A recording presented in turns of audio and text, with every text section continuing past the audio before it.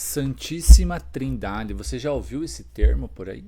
Então, hoje a gente dá continuidade falando, né, da 27ª, 27 questões, né? Estamos conversando do livro da série O Livro dos Espíritos.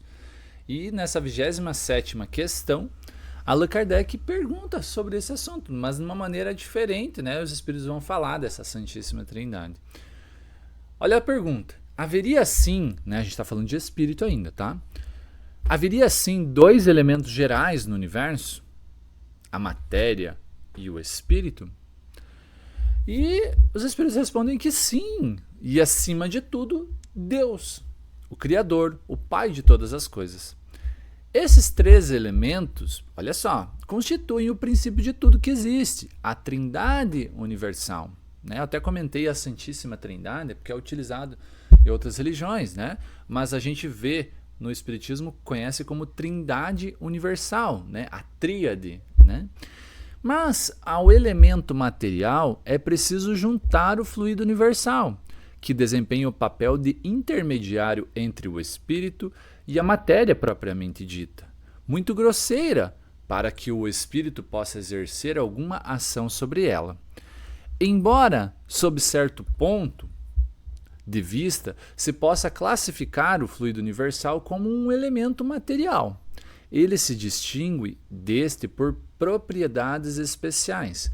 Nós já continuamos essa questão, eles continuam respondendo, mas vamos raciocinar aqui. Então, nós temos Deus como Criador, nós temos o Espírito, a essência espiritual, né, e a essência material, unindo esses dois, né, o fluido universal, que se ramifica por outros fluidos, né, se subentende, não é o fluido que nós conhecemos, tem vários tipos de fluido, né, fluido elétrico, entre outros, mas é esse fluido a base, né, essas são as três bases do universo, né, que estão diretamente ligados nessa tríade a Deus, o Criador. Então vamos voltar aqui só, né, continuando a resposta dos Espíritos. Se fosse realmente matéria, esse fluido universal, não haveria razão para que o espírito também não o fosse. Né? Né? Tem que ter algo intermediário. Está colocado entre o espírito e a matéria.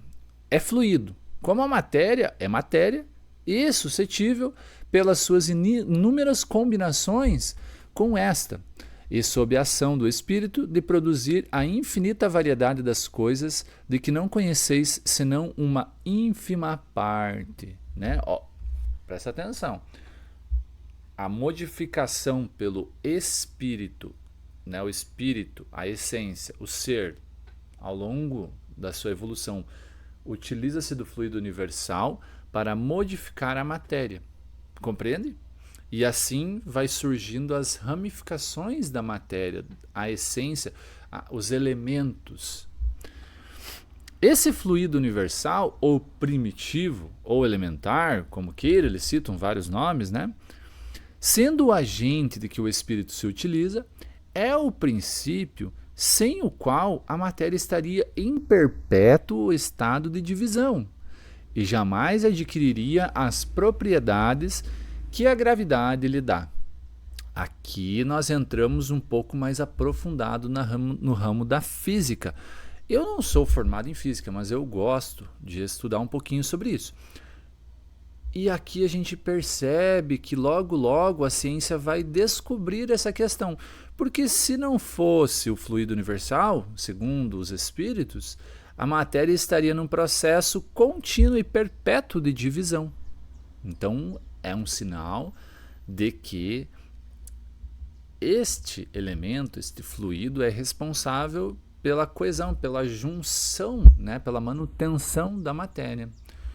Não que seja isso, mas a gente sabe que uma das forças que mantém, né, das forças básicas da física, né, tem a ver com esse processo, é a força forte que liga, né, os prótons para que eles não se excluam, para que eles não se afastem pelo seu campo elétrico positivo.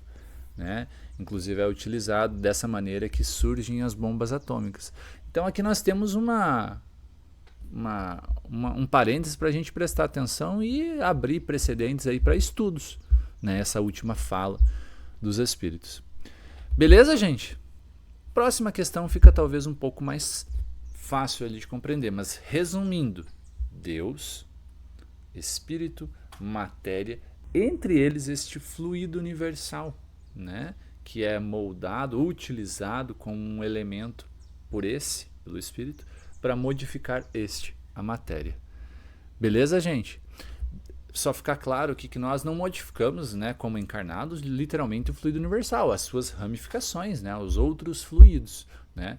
Mas como espíritos desencarnados, nós temos acesso a essa matéria mais elementar, que é o fluido universal. Beleza, gente? Um grande abraço e vamos que vamos. Na próxima questão a gente continua falando sobre isso. Dá uma olhadinha nos outros vídeos, que essa questão é um pouco mais complicada de explicar assim, né? E é interessante ver todos os vídeos para conseguir entender o assunto de um todo. Um grande abraço.